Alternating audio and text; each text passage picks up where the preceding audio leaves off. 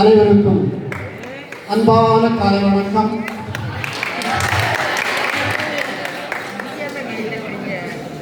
இந்த பிரிவு உபச்சார விழாவில் கலந்து கொண்டு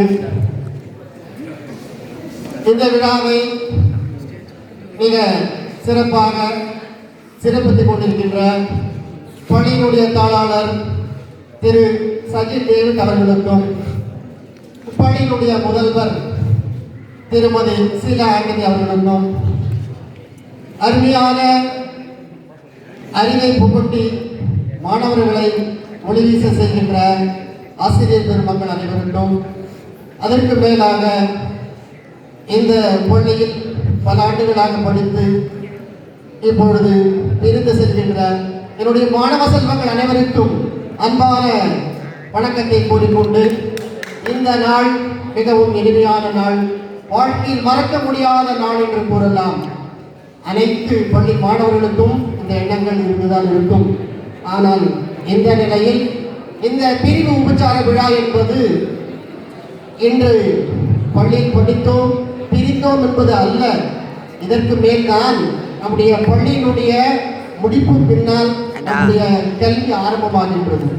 +2 முடித்த மாணவர்கள் மேலும் கல்லூரியில் சேர்கின்ற பொழுது உங்களுடைய லட்சியம் என்ன, கனவு என்ன, எதிர்காலத்தில் எந்த வாழ்க்கையை நாம் தேர்ந்தெடுத்து போகிறோம் என்ற அந்த செயலை கல்லூரியில் நீங்கள் தொடங்கவிருக்கிறீர்கள்.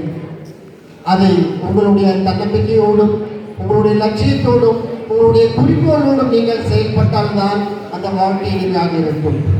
ஏதோ வந்தோம் சென்றோம் என்பது இல்லாமல் வாழ்க்கையினுடைய ஒவ்வொரு நாளையும் உணர வேண்டும் என்றால் காலத்தை உணர வேண்டும். அந்த காலம் சிறப்பான காலம். ஒரு நொடி சென்று விட்டால் அந்த நொடியை வாங்குவதற்கு ஒரு கோடீஸ்வரன் பிறக்கவே இல்லை. ஆனால் அந்த நேரத்தை வீணாக்காமல் வாழ்க்கையில் எல்லா வெற்றிகள் அடைவதற்கு வேண்டிய வழிமுறைகளை நீங்க தான் தேட வேண்டும். ஆனால் அந்த லட்சியத்தை அடைய வேண்டும் என்றால் அந்த வலி இல்லாமல், துன்பம் இல்லாமல், துயரம் இல்லாமல் யாரும் அந்த லட்சிய வாழ்க்கை அடைய முடியாது. அதற்கு நீங்கள் ஒரு குறிக்கோள் எடுத்துக்கொண்டு அந்த கல்லூரியில் சேர்ந்து அந்த 3 ஆண்டுகள் 5 ஆண்டுகள் எப்பொழுது உங்களுடைய படிப்பை முடிக்கின்றீர்களோ அதுவரை உங்களுடைய சிறந்த ஒரு நண்பர்களை தேட வேண்டும். உங்களுடைய வாழ்க்கைக்கு உறுதுணையாக இருப்பது நான் சொன்னேன், ஃப்ரெண்ட போல யாரு மச்சா, அது எப்படி அந்த எப்படி கடைசி வரைக்கும் வரணும். அந்த ஃப்ரெண்ட் எப்படி இருக்கணும், இப்ப நீங்க சேர்ற அந்த ஃப்ரெண்ட் வந்து கடைசி வரைக்கும் வர்ற அளவுக்கு நல்ல ஒரு நண்பர்களை தேர்ந்தெடுத்தால் உங்களுடைய வாழ்க்கை சிறப்பாக இருக்கும். அப்ப அதனால உங்களுடைய அந்த நட்பு எப்படி இருக்கணும், அந்த பாலில் கலந்த அந்த நீர் போட்டில்லாமல் எப்பொழுதும் பால் போலவே இருந்தால் அந்த மனம் இனிமையாக இருக்கும், எல்லாருக்கும் நன்மையை தரும். ஆனால் எதிர்காலம் சிறக்க வேண்டும் என்றால் உங்களுடைய ஒரு பறவை கூட தன்னுடைய சிறகை தான் நம்புகின்றதை தவிர கிளையை நம்புவதில்லை. அந்த கிளை எப்பொழுதெல்லாம் அது முறிந்து கொள்ளலாம், ஒழிந்து கொள்ளலாம். அதனுடைய சிறகு இருக்கின்ற வரைக்கும் அது வானத்திற்கு மேல் பறந்து பறந்து ஒவ்வொரு நாடாக சுற்றி கொண்டுதான் வருகின்றது. அதே போல உங்களிடம் தன்னம்பிக்கை இருக்கும் வரை உங்களை நீங்கள் நம்ப வேண்டும். 2 கைகள் போதாது, 3வது கை என்பது உங்களுடைய தன்னம்பிக்கை தான். அந்த தன்னம்பிக்கை உங்களிடம் இருந்தால் வாழ்க்கையில் எல்லா வெற்றிகளையும் உங்களால் பெற முடியும். இது வாழ்நாள் முழுவதும் மறக்கக்கூடாது. அப்போ எதை மறக்கக்கூடாது, உங்களுடைய லட்சியம், ஒரு தன்னம்பிக்கை, உங்களுடைய காலத்தினுடைய அருமை. அதான் அந்த காலம் வந்து எப்படி போயிட்டே இருக்கும், நீ அதுக்கு பின்னால் ஓடிட்டே தான் இருக்க.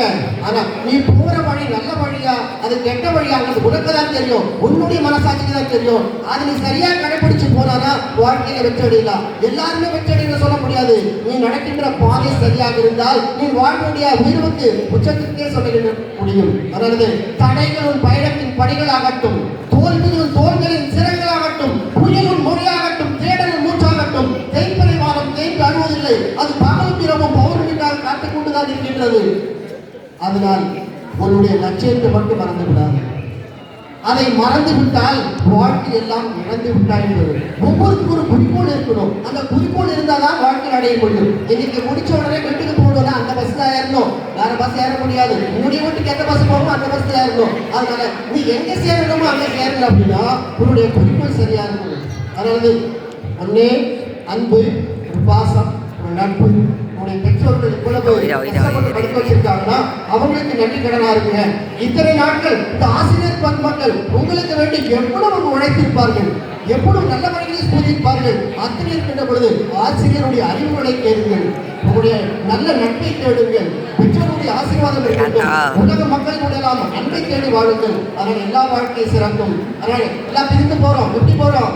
பசுமை நிறைந்த நினைவுகளே, பாடி திரிந்த பறவைகளே, பழகி கடித்த தோழர்களே, பறந்து செல்கின்றோம் இந்த நாட்டில் இந்த ஊரில் சந்திப்போம் என்று யாருக்கும் தெரியாது.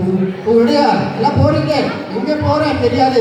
ஒரு நாட்டுல ஒரு நண்பரை சந்திச்சு 10 வருஷத்துக்கு பார்த்துருக்கோம், 20 வருஷத்துக்கு 30 வருஷத்துக்கு பார்த்துட்டு கடைசி எங்களுடைய பெற்றோர்களுடைய ஆசை, ஆசிரியர்களுடைய ஆசை எதற்கு கேட்டால், நீங்கள் நன்றாக படித்து நல்ல வேலையில் சேர்ந்து உங்களுடைய பெற்றோர்களுக்கும் சமுதாயத்திற்கும் சிறந்த ஒரு மாணவராக, சிறந்த ஒரு பிள்ளையாக வந்து கடைசியிலாக இந்த பள்ளிக்கு ஒரு தன்னம்பிக்கையாளராக, சரியா, இந்த பள்ளிக்கு ஒரு சிறந்த தலைமை பொறுப்பாக நீங்கள் எப்பொழுது வருகிறீர்களோ அந்த எதிர்பார்ப்பை ஆசிரியர்கள் பார்த்து கொண்டுதான் இருப்பார்கள்.